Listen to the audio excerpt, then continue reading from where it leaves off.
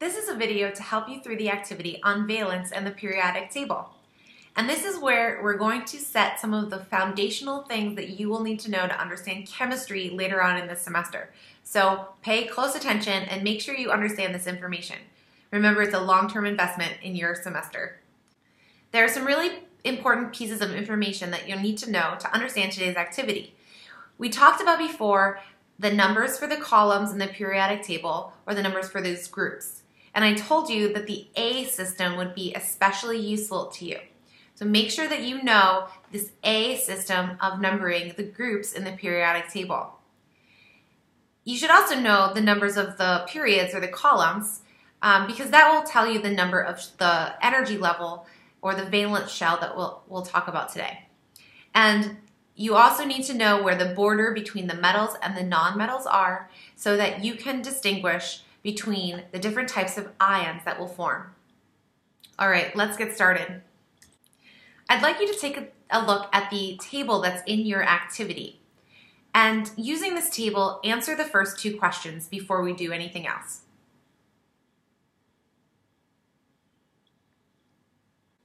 Okay, now let's talk about it. Notice that this table lists the first 20 elements in the periodic table. That's everything in the first, second, and third rows, and the first two elements of the fourth row. And if you're listing the elements 1 to 20, their atoms would have basically 1 to 20 electrons. And so the total electrons are written here. It's also the number of protons in the atom. So these are the total electrons in the atom. And then also listed is the total valence electrons in the atom. Notice that the valence electrons and the total electrons are not the same thing. Valence electrons are the number of electrons in the highest shell, or the highest energy level. You can tell the highest energy level from these numbers that we've put on the rows of the periodic table. This is level 1, level 2, level 3, and level 4. So notice that something like a beryllium atom has 4 total electrons. So this guy has 4 total electrons, but it only has 2 valence electrons. That's because the electrons that are in the valence shell, or number 2, are only 2. You can literally count electrons as spots in the periodic table. 1, 2, 3, 4. And this level only has 1, 2 in beryllium. Same thing for boron. Boron has 1, 2, 3, 4, 5 total electrons in its atom, but only 1, 2, 3 of them are in the valence shell number 2. So let's see if that's right. Boron has 5 total electrons and 3 valence electrons. Learning to read the periodic table is going to be one of the most important survival skills you will learn this semester. What I'd like to do now is focus on the number of valence electrons. I'm going to highlight the things that have 1 valence electron. I'm going to highlight them here and also over in the periodic table. All right, let's find the things with 1 valence electron. Hydrogen. There it is, and it's there in the periodic table. Next thing that has 1 valence electron is lithium. Notice it's in the same column of the periodic table. Next one, sodium. Same column in 1 valence electron. In fact, anything that's in this column of the periodic table will always have 1 valence electron in its atom. Let's look for things now that have 2 valence electrons, like beryllium, magnesium, and calcium. Anything that's in group 2A will have 2 valence electrons. Notice that I skipped helium for now. But let's go ahead and look for things that have 3 valence electrons. Boron and aluminum. 4, carbon and silicon. Notice that the A number system that we have learned is telling us the number of valence electrons in these atoms. So anything in group 4A will have 4 valence electrons. Anything in 5A will have 5 valence electrons. 6A has 6 valence electrons, and 7A has 7 valence electrons, and 8A has 8 valence electrons, except for helium. Helium's a funny one. Remember that we can use the spaces in the periodic table to count electrons, and that these numbers here are the levels, or the shells where the electrons are residing. The first shell is funny. It only has 2 spots, 1, 2. And this first shell is the only shell that is full if it has 2 electrons in it. Helium could also be written over here in group 2A because it has 2 valence electrons. But because it has a full shell, it behaves more like these noble gases that also have a full shell. So more often it's written over here in group 8A. Everything in group 8A has a full shell, and everything but helium in group 8A has 8 valence electrons. Helium has a full shell with just 2. Okay, now let's talk about ions that are formed from these elements. So we just talked about neutral atoms and the number of valence electrons, and how the number of those valence electrons can be read directly from the group number. The charge formed on each ion is listed in this table as well. And I'd like to notice that everything that I've highlighted in yellow here that's in this group 1A can form +1 ions. And everything that I've highlighted in green can form +2 ions, those things that are in group 2A. Okay, before we get too carried away, let's look at the rule that tells us how atoms form ions, or why they form ions. It's called the octet rule, but it shouldn't be taken too literally. The octet rule is based in the fact that atoms want a completely full valence shell. So any atom will try to acquire electrons or lose electrons to become full, or have a valence shell that is full. Sometimes you can also think of this as an empty valence shell, depending on where you are in the periodic table. Technically, the only thing that can have an empty valence shell is hydrogen, but I'm going to call a shell empty just for now. So the atoms will try to gain or lose electrons to form ions to acquire a full or empty shell. This is called the octet rule because in most cases a full shell is 8. So if we look at row 2 here, if 2 is your valence shell, then there are 1, 2, 3, 4, 5, 6, 7, 8 positions, or 8 places where electrons can go. Same thing for number 3. 1, 2, 3, 4, 5, 6, 7, 8. And it's actually pretty much the same thing for number 4. We're going to basically skip everything that's in this transition metal zone, or the things that have the B system, because it gets really funny. In fact, the rules get really funny after the second row of the periodic table, and we're going to be focusing mostly on the things that actually do obey the rules. So everything down here basically is misbehaving, and you would need to take a more advanced chemistry class to learn about the chemistry that happens. For now, we'll focus on the things that do obey most of the rules. One more point I want to make, though, is that a full shell for helium or hydrogen is not 8 like the octet rule suggests.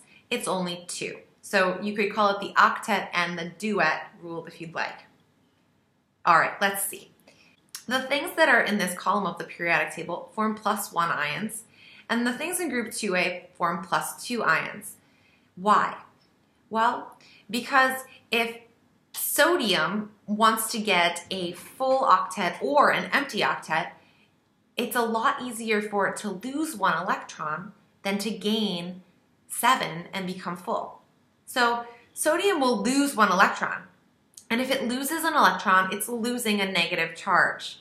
And now it's going to have 1 more proton than it had electrons, and it has a +1 charge.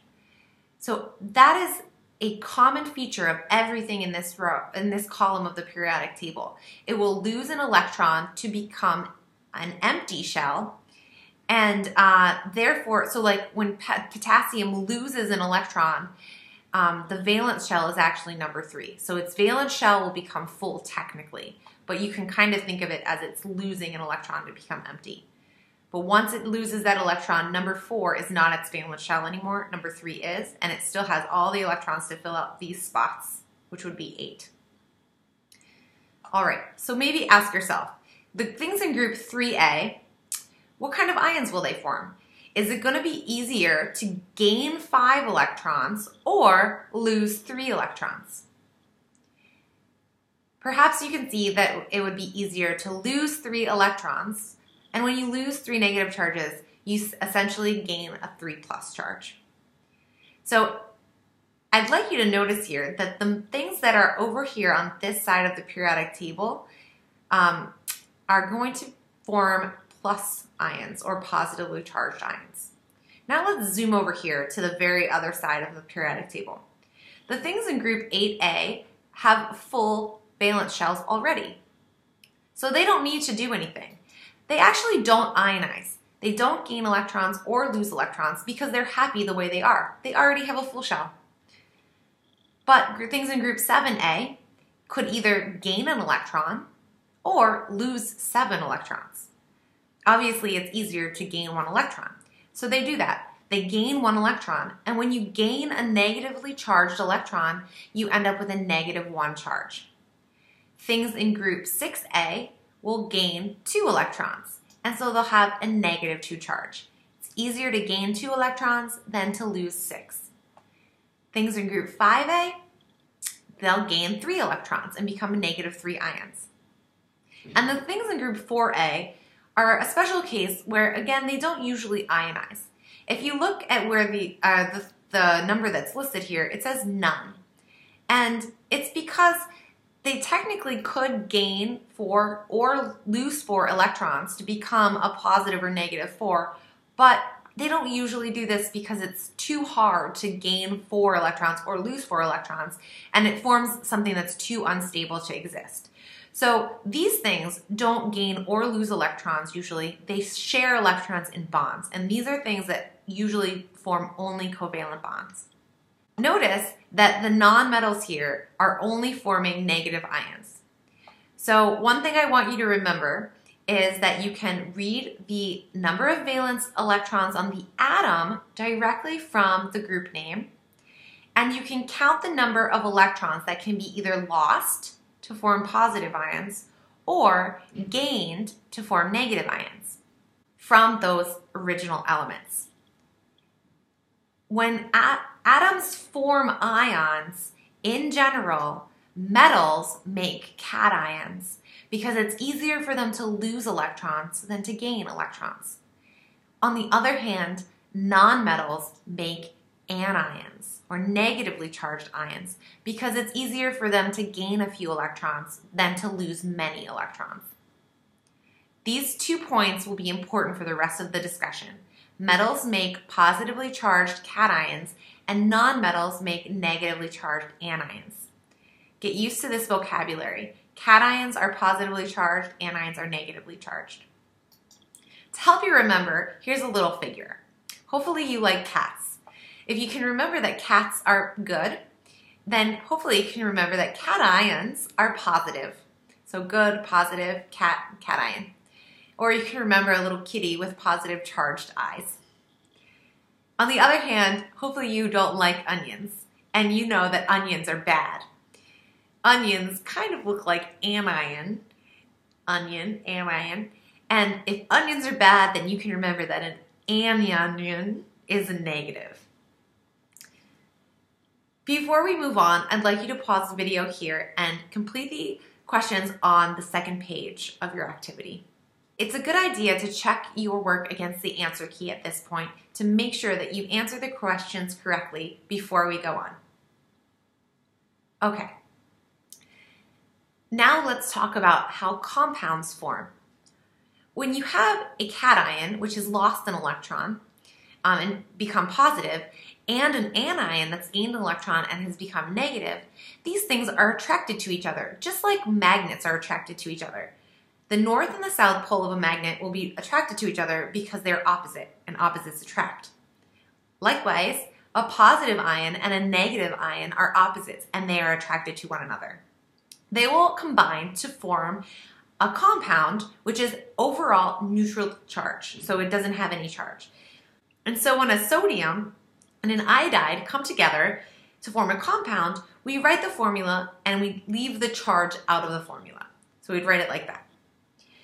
What I need you to get used to doing is recognizing that when you have a formula that has a metal and a non-metal, it's really a cation and an anion that have come together and formed an ionic interaction, or a positively and negatively charged attraction. So when you see something like sodium iodine, know that sodium is a metal and it's actually sodium plus, and that iodine is a non-metal and it forms an anion, or I minus. You can find these charges by finding the elements on the periodic table and determining what charge their ions would have.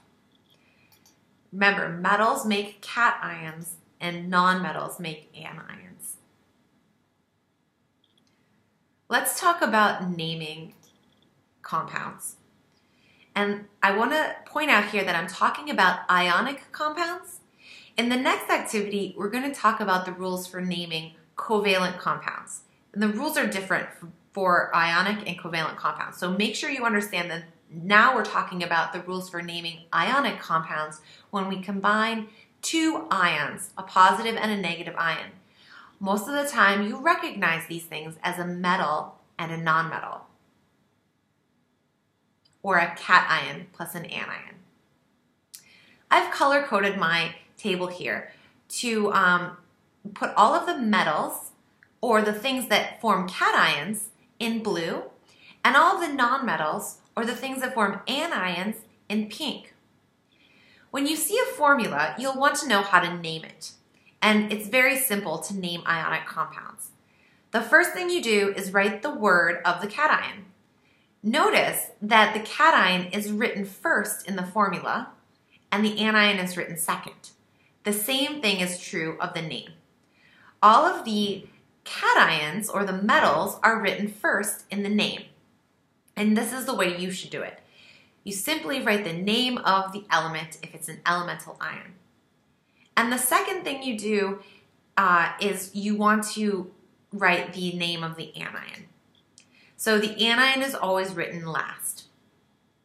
And notice that this is iodine, but I've written iodide. All of the elemental anions are ending in IDE. So how to name an ionic compound? An ionic compound is a cation and an anion together in one formula.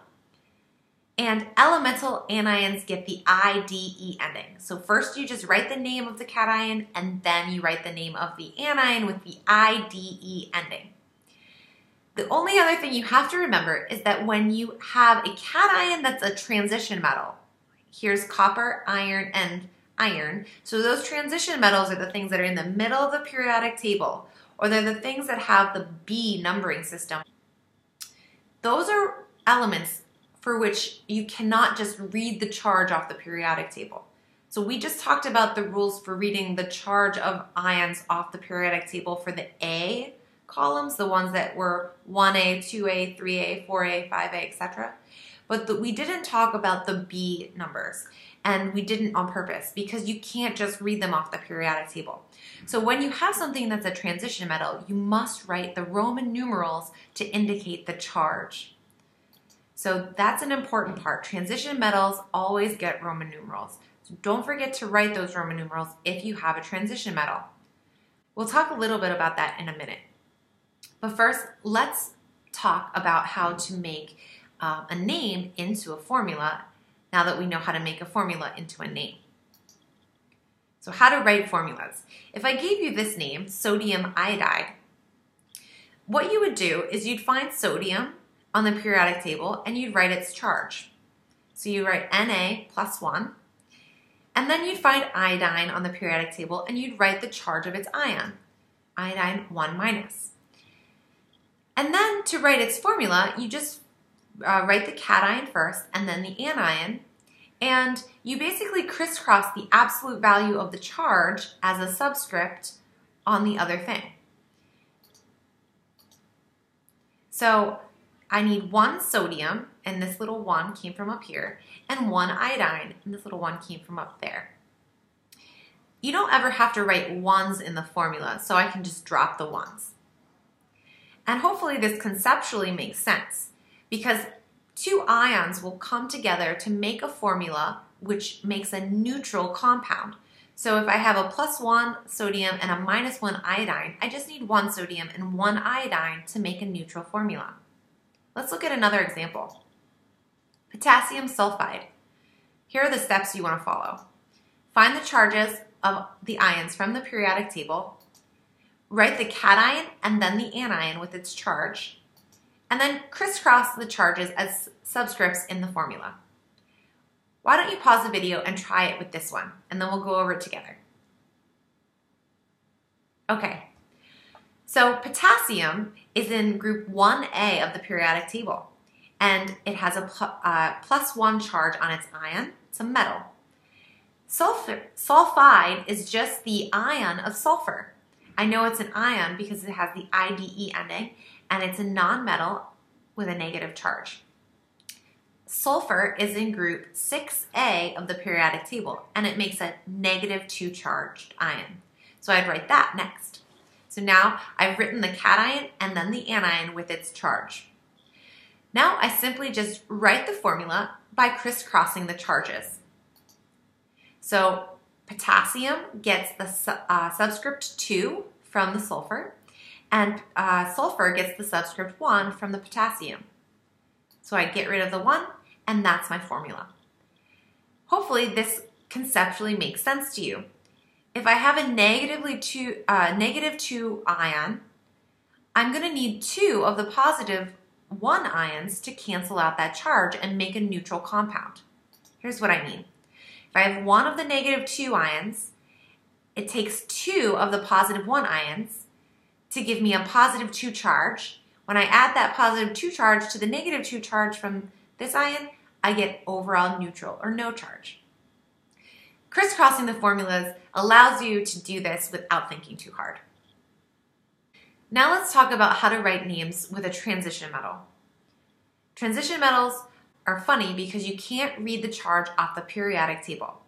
So here are 2 different formulas for iron plus oxide, but they're different.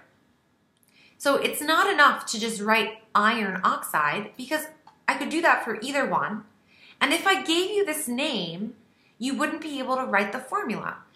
You might be able to find that oxygen or oxide is a -2 ion, but you wouldn't be able to read the charge or the oxidation state of iron from the periodic table. So if I gave you this name, you wouldn't know whether to write this formula or this formula. So we have to use Roman numerals when we write the name of a compound with a transition metal. Let's look closer.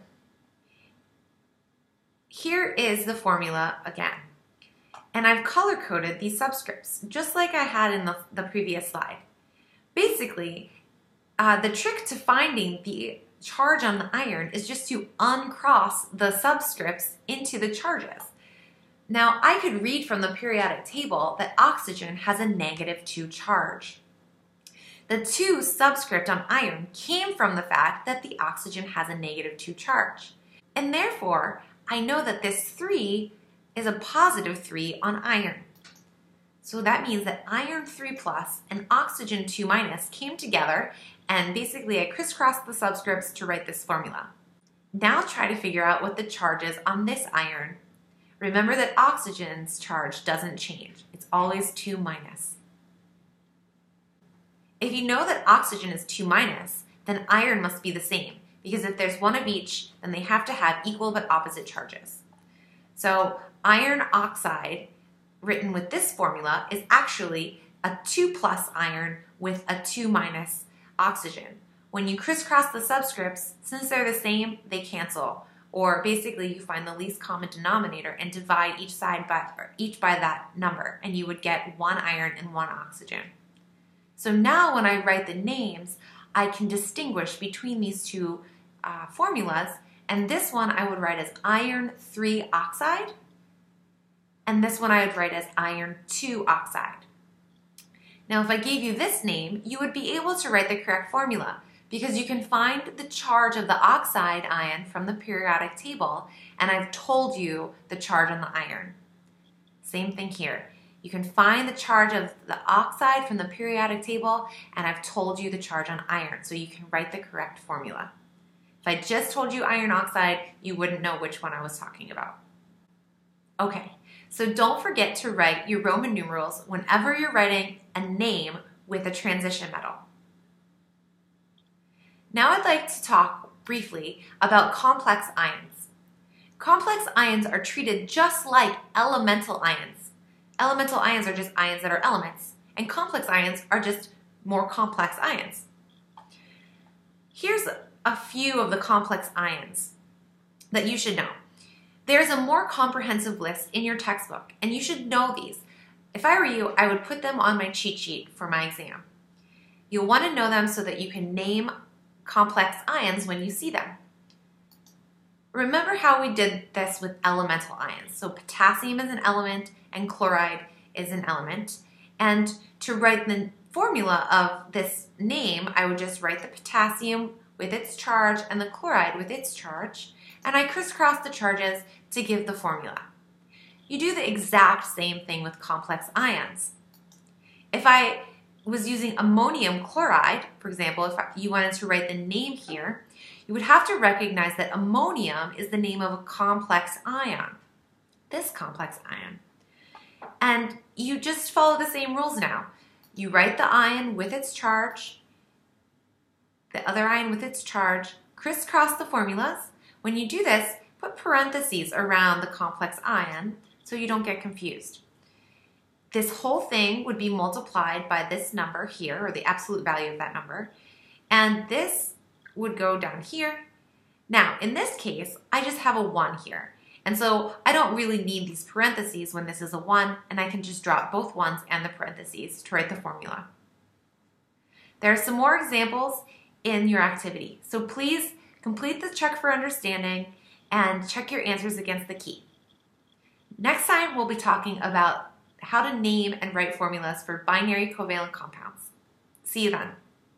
Thanks for watching this video on valence and the periodic table. If you like what you saw, don't forget to vote.